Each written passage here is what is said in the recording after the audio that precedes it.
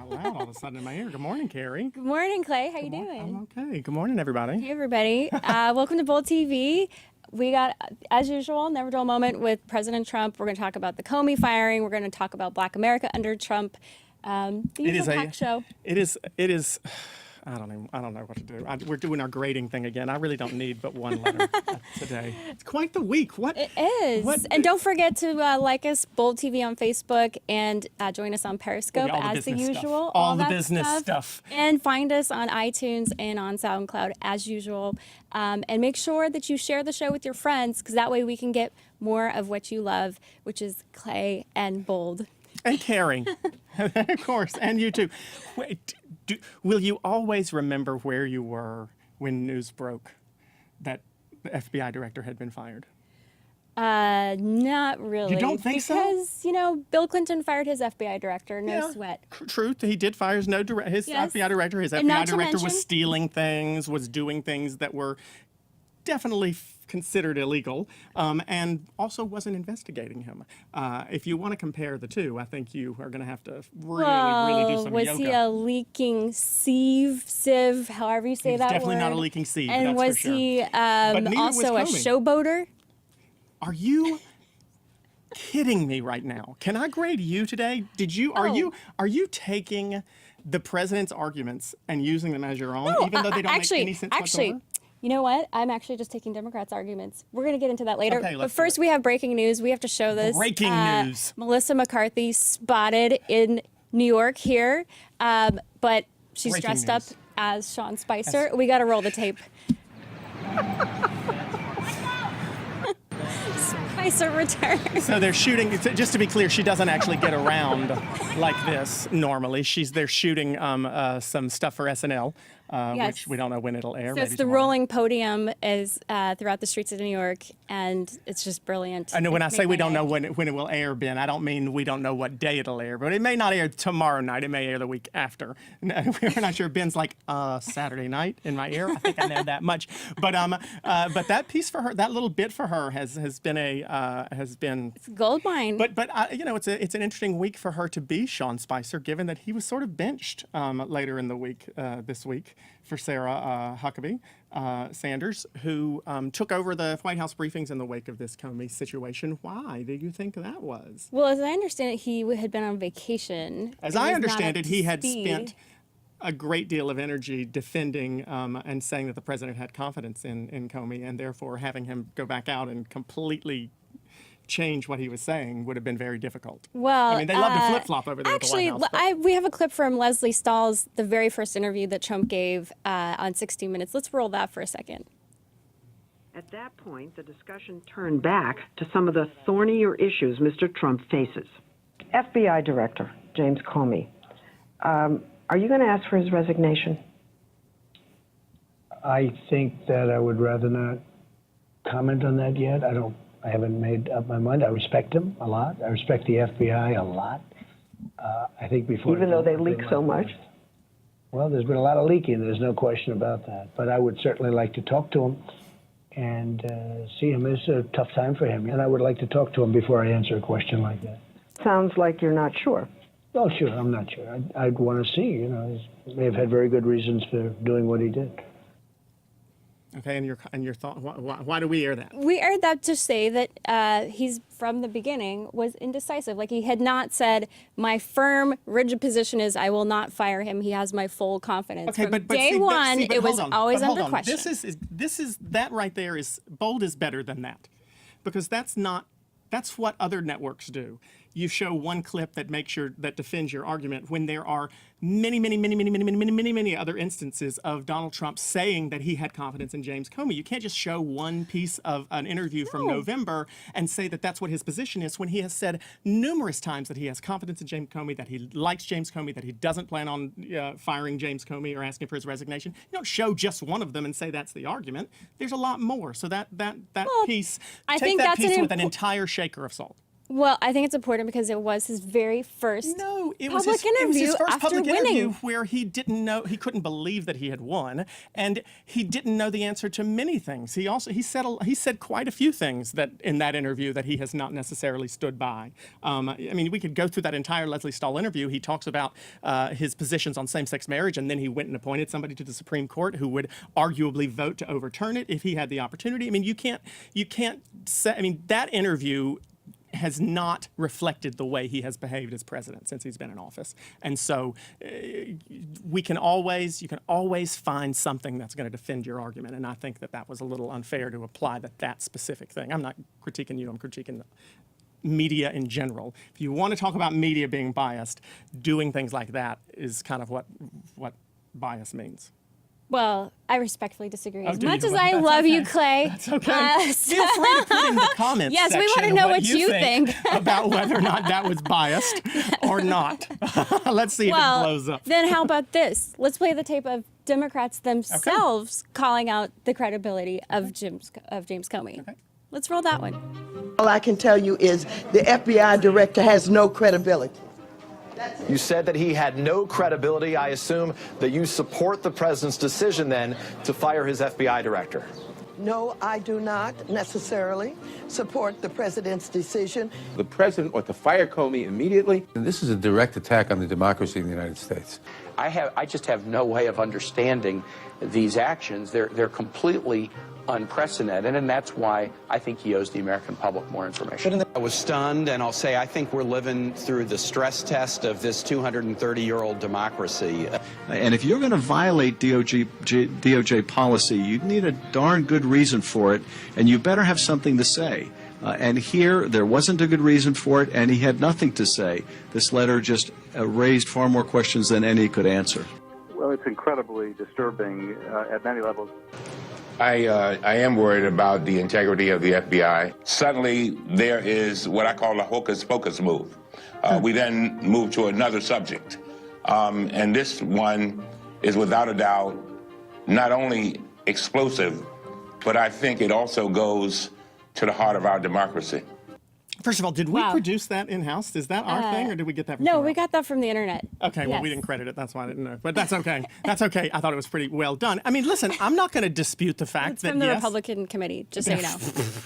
They did it together, in full disclosure. Well, I mean, but listen, they have a point. I'm not going to argue that Democrats weren't saying one thing about Comey and now saying something different. I'm not going to be delusional and pretend that they don't. I will say that I think that if you look at that piece again, the dates on those comments that were anti-Comey from Democrats were all in November, and I'm not saying that they were justified to say he should be fired based on what he did to Hillary Clinton. What I am going to say is that circumstances have changed since November, and you haven't seen a lot of Democrats in the last 2 or 3 months coming out against Comey, and they have been, their position on what he had done wrong in their opinion back in November was different. Today, the reason that the firing is upsetting and should be upsetting to everyone in the country is not because Comey was or was not good at his job, but because it is almost impossible to pretend that the fact that James Comey was investigating the Trump campaign and the Donald Trump administration and his campaign officials in this Russia situation did not have something to do with it. And the New York Times was reporting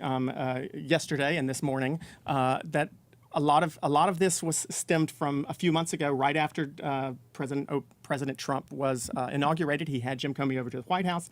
He asked him at dinner. Do I have your loyalty? And Jim Comey said, "You have my honesty." He refused to say, "You have my loyalty," and that's a problem for Trump. And to say that Trump fired him specifically because of his handling of Hillary's emails is just one of those head-shaking, give me a damn break type moments, because that's not why he did it. Well, I think that, and you're right. I agree that, so I'll concede that the investigation and sort of the way this has gone down, and we have the letter directly from President Trump on the firing, and where he says, "I appreciate you informing me on 3 separate occasions that I am not under investigation. I nevertheless concur with the decision to fire," which he said. Quite the odd. It is an odd firing letter. Let's throw it back up there, Ben, because there's another thing. He said, "I have accepted their recommendation, and you are hereby terminated." But he told Lester Holt yesterday that he had already decided to fire Jim Comey. So, I mean, even between the time that letter came out on Tuesday and yesterday, his position sort of changed. I mean, that only happens when you don't, story changes when you don't have the truth. When you're telling the truth, it's always the same. Look, I have no doubt that he already had in his mind that he wanted to do it, and he got some evidence to justify what he was doing. But that being said, I do think, let's bring in our guests. I was going to say, these poor things, they're sitting over here and they're wanting to talk so bad. I want them to say things because I want to bring them both into the conversation. They're going to have insights. Let's welcome our guests. We've got Emily Anne Epstein. She's the executive editor at Bustle. And Oz Sultan. He's a counterterrorism and Middle East policy expert. And Oz has been here on the show before. As we know, he was also a Muslim outreach campaign surrogate for Donald Trump in 2016. Welcome to you both. And you worked directly with the campaign as in that role as a surrogate. In the war room with Steve Bannon. Okay, yes. So we just like to clarify that I was a surrogate for Bernie Sanders in a way, but I never talked to the man. So, but you have a real connection to. And let's pull in a few comments here first before we go to our guests. Pamela Willie Ackerman says it's not only about the firing. You need to look at the entire picture and everything that has come out since. And non-Tashit. Let's just say NASJT. Yes, on Periscope says, Clay knows much more than the entire Trump administration together. Okay, now that's fake news. That's fake news. That's not true. And then let's see. Yes, and also that same commenter says Comey wanted to he wanted more funds to investigate more fully. Then boom, you fired. Oz, what about that? Well, I think you have to look at what the DOJ is doing and what Acting Director McCabe is saying right now. So McCabe has come into the fray, and he's basically said, we're continuing to move forward on the Russia allegations. They've put subpoenas out over the course of the weekend. Those dropped on Monday. These are going out to some of Flynn's associates. They're not letting this thing go. All right. So I think the timing of the Comey firing really comes to, look, Democrats didn't like Comey. Democrats weren't happy with Comey. Democrats aren't willing to say they're unhappy with Comey again, going to the video that we just saw. But I think we need someone who's in that role that has a little bit more transparency and perhaps a little bit more esteem from the American people, especially as we're going into these investigations. They're not changing. They're not stopping. Right. Well, so Acting Director McCabe's testimony yesterday he did very clearly state that they were going to continue with this. But that's not really necessarily an argument that the Trump campaign can make that Director Comey's firing was not related to Russia because they are going to continue the investigation. There's no way to know that he knew they were going to continue the investigation without Comey. He didn't know that until yesterday. The DOJ was continuing this. I mean, the FBI and the DOJ work hand in hand in these types of things. And this goes all the way back to pre-Watergate, back to the 50s, okay? So this is an ongoing thing. Now, Comey being the right person to lead this, I think that's the challenge. And the Democrats didn't think he was the right person last year. The Republicans don't think he's the right person this year. To Kerry's point, there's a lot of chagrin on one side, and then when he's fired, it's like, oh, we're so offended. And I think... Let me call bullshit, though, because that's not necessarily true either, to say the Republicans don't like him as the... I mean, Richard Burr, my senator from North Carolina, chairman of the Intelligence Committee in the Senate, came out very strongly and said that he was disturbed by the firing of Comey. There have been quite a few Republican senators and congressmen and women who have said that they were disturbed by this. So you can't really say Republicans don't like Jim Comey. They believe that he was... If you were to do a broader sampling, I think you would find that there's perhaps a mixed opinion in Comey, okay, as opposed to a couple senators that you happen to know. But what I will say... Or the ones who were in charge of the investigation. Well, let's look at it. Let's look at it this way. Is the timing odd? Yes. Okay, I think a lot of us will agree with that. Is this time where we need someone who's perhaps new in the House, who can kind of clear the air for the American people? Sure.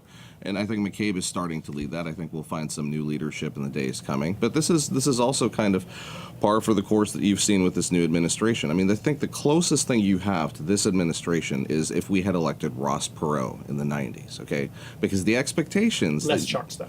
Huh? With less charts. Less charts. Well, let's bring Emily into the conversation. So, Emily, what's your take and what's your pulse in terms of what are millennial women saying about Comey? I mean, I think the question comes down to, does this decision reinstill confidence in the FBI? Does this chaos that's happening afterwards, is that good for the country? Is that good for people that want to see a thorough Russia investigation? And I think the answer there is no. I think that this has, really scared a lot of people, especially millennials, who don't know necessarily what's going to happen.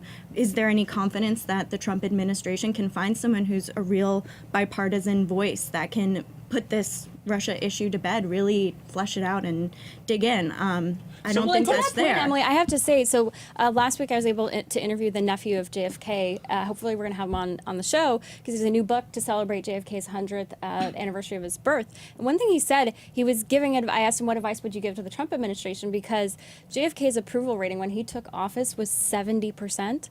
And then after 100 days, it was 83%. And guess what happened in that meantime? The Bay of Pigs. Pretty much this huge debacle happened. And what he said, the reason why the approval rating went up was because there was no media. Well, no, there was media. There was no social media. No, Facebook actually, and the whatnot. media loved JFK. He was like Camelot. But what he said was that JFK owned it. He got in front of it. He took responsibility. He looked in the camera and said, I messed up. Mea culpa. He came clean, and I just don't see Trump coming clean. Like, isn't that a problem? That's a huge problem. Why doesn't Trump just own the fact that there are lots of Russians who have bought real estate in his buildings? Like let's just see what those ties are and then put it to rest. But there's a lot of uranium that was sold through the Clinton Foundation to Russia. Okay, I mean, but the Clintons aren't in the White House. I understand. The Clintons aren't in the White House. I understand that. Okay, So but let me ask this. Let's accept the premise that this was not based on Comey's investigation or Comey's leading of the investigation into Trump and Russia. Best case scenario for the Trump administration, it's a really, really big scar on their already pretty pocked record of handling things in an appropriate way, because the public, whether you agree with Trump or not, the public seems to think that this was not really, you used the word well-timed. I'm trying to think of something that was more severe than that. What does this say or continue to say, Emily, I'll let you both answer, about the way Donald Trump handles decisions in his administration? I mean, I think the word you're looking for is this stinks. That's probably the answer. And I also think, look at the way he fired Comey. Comey was in the middle of a meeting with FBI agents, and someone saw on the television that he was fired. He didn't even know. Trump didn't even have the decency to tell the man himself that he had been let go. What sort of administration is that? How is he running the country when he can't even talk to his top investigator and let him know that he's been let go and let him, resign with dignity? Why do you think that happened that way? I think it goes back to what I said about Perot. Okay, let's look at the fact that Trump is not a politician. I mean, JFK, career politician, right? Clinton's career politician. Still a businessman who has arguably had some degree of success in knowing how to run a business. Is that the way you fire folks? He fired me to my face. I mean, it's... Yeah, actually, we got a tweet about that. Yeah. Ben Ratner on our show, he tweeted about that this week. James Comey and Clay Aiken were fired by the same guy. For the record, I wasn't fired. I came in second, so I just wasn't hired, but we get the point. Wait, so, did he say you got fired? No, he didn't say you were fired to me. But, I mean, defend that. I mean, I don't know that I'm necessarily subscribing to the whole, well, this is what we would have got if we had elected Perot. We didn't. People didn't want that type of leadership in the White House. They specifically didn't. The reason I'm bringing that up is that you have to look at the fact that you're hiring a businessman. You're not hiring a career politician. And I think Trump's perspective on this is that he wanted to create some distance from the issue, because that's what he's starting to work on now. He's had one round of people that they tried to bring in. This is including Flynn and a variety of other folks that they figured out these aren't the right people. They figured it out, or they were told repeatedly? No, they had to figure this out, because think about this. When Hillary came in, she had about 1,000 people ready to be pre-cleared. When we won on election night, there was a big sort of, oh my God, we only have about 100. There was a national, oh my God. Well, no, but there was only about 100 people lined up. What does that say, though? I mean, every person who's but Mitt Romney had his administration planned out in case he won. I mean, most people do. What does it say that he wasn't ready? There was a bit of a hullabaloo in between Christie and Bannon, and I think what you ended up with was a shift in terms of a lot of the roles, because we didn't necessarily want New Jersey running the country. Is it really a good argument, though? I mean, I've got a certain degree of respect for anyone who can come up with these arguments for why this works. Because I'm sitting here listening to you, and I'm thinking, okay, from a strategic point, now doubling down on he's not a politician. That's probably a good angle with some of the people who voted for Trump, and that's a good reason. Yeah. But give me hold on. Give me a break. That's not a good argument for why you run a nation the way that they're running it. I'm not a politician, so I'm going to kind of fly by the seat of my pants. Yeah. And I said that directly to you, so we'll come back to you. But since she brought Emily in, we'll let you say something first. No, I mean, I just feel like, you brought up Bannon, you brought up Christie. What about Giuliani? You know, like he had all of these surrogates that he needed to win the White House, and then he just left them by the wayside, and now he's doing the same thing to Comey. I don't think it's leaving people by the wayside. He strategically uses these sort of puppets that can further his agenda, and then the second their loyalty is questionable or they're no longer useful to him, he just lets them go and lets them rot. Look, I understand from your perspective there's a lot of disdain for the president, okay? But I don't think we should have that much disdain for the office of the presidency. And he's got folks in there right now, and they are working and figuring these things out. But I will tell you, these are, again, most of the staff is not career politicians. And what they're looking at doing is three things. Bannon was focused on making government smaller. They have started down that path. Secondarily, they are interested in cleaning up this entire Russia debacle because America is watching. Okay? Are they interested in cleaning it up, or are they interested in I mean, there's cleaning up your room, and then, like I did when I was a kid, there's kind of hiding everything under the bed. Intelligence officials within the Trump administration are already saying that we understand that there was a level of Russian influence. Now, what they're trying to figure out is what exactly was that, because there's a lot of untangling to do, okay? And at the same point in time, you're dealing with new Trump appointees working with existing Obama appointees in a lot of roles. You know, there's thousands upon thousands of people that have to work in sync to get this stuff forward. Absolutely. And I don't think that that's working that well right now. Isn't that arguably Trump's fault? He has the right to appoint all these positions, and he's chosen not to. He has the right to appoint 4,000 positions. And how many of those has he appointed? I'm not exactly sure off the top of my head. I don't think it has 4 digits in it, though. But a lot of those people have to be cleared. I have at least 20 friends that are still waiting to be cleared, still waiting for the process of going through Congress. None of that's happened, okay? So on one side, we can say, where are the Democrats working with us hand in hand to get this stuff on the calendar so we can get these people in faster? But on the opposite side of this, yes, he's made a couple of mistakes here. I don't know if he's the type of guy you worked for him. You know, arguably. I don't know if he's the type of guy who's going to respond that way. But I will say this. I mean, what is best for the American people and what's best for all of us right now is having a clear understanding of what's moving forward. And I think McCabe is starting to push towards that. And I think with the intelligence community coming around on the Russia issue, we're probably going to have some clarity in the next few weeks. All right, let's go you want a to grade. the grade card. Yes, Carrie loves her grade cards. Well, and we know that you, in the audience, you like it too. So we want to know your grades because we want to look at 2 separate issues here, the firing itself and then how it was handled. So let's do a lightning round here. First, the decision to fire, period. And then we'll do how he handled it. So let's see. Everybody ready? 1. Are we just going to throw it up all together? Yeah, just throw it up. Yeah, Okay. 1, 2, 3. I said, "Oh, look at that! We got some symmetry in many ways." The only reason I didn't give an F is because I do think there's an argument for there are a lot of people in the country who don't trust Comey. I don't think that their distrust is correctly placed, but I can give you just this much room on the fact that if there's distrust in that particular position, it might not be the greatest thing, but that's the only reason it's not an F for me. Why is it a D for you? Because it could always get worse. It could always be even more of a disaster when it comes to Trump. Why's your B? What'd you do the B It's for? a B because the president has the right and the impetus to hire and fire who he likes, and there were lots of leaks happening. Just because you can do it doesn't make it right. I mean, that can't be your reason. No, the reason was that I think that he was politicizing the institution, and I don't think that we want our intelligence services to be politicized in this way. How do you say he politicized the institution when he went through every painstaking possibility to offend both sides in some way? I mean, if you are pissing people off on both sides of the aisle, you're probably No, when you look at the way he was speaking and you listen to what he was saying, like it or not, I'm here for 6 years. Like the way he was approaching it like it was like he was entitled to it.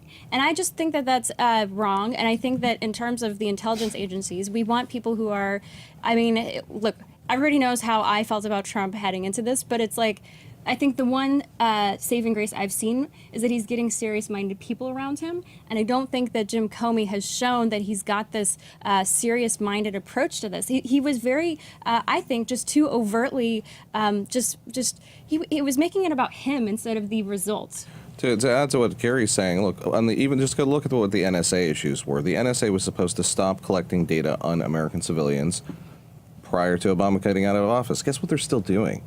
They're collecting data on American civilians. So I think when you look at Comey and you look at a lot of these challenges, you know, Is Comey in charge of the NSA? Comey's in charge of the FBI, but who? Okay, I was just making sure we're clear. That has nothing to do with him. It does come to who can America trust, and I think really going through this process. I mean, look at. So we fired the NSA director too. We are. I think they're looking at the NSA right now. Okay, these things are all being evaluated. All right, we got to move on. Let's go to the actual handling of it itself, and then we'll grade that, and then we're going to move on to our next. Oh, let's look at the user answers on that first question. FD, FFD, FD. Okay. I think most of those are Claymates. We got some comments here from Andrew Hobson says, I thought the Dems hated Comey for what he supposedly did to Hillary. And then Bradley says on Periscope, which we didn't show up on the screen, the Democrats hated Comey until he was fired. And we discussed that, and I didn't. Till you're gone, whatever that song goes. Yeah, I'm okay, gonna sing fair it for you enough. next week, Clay. Please. All right, now the handling of it. Let's grade that, and then we got to move on. Ready? 1, 2, 3.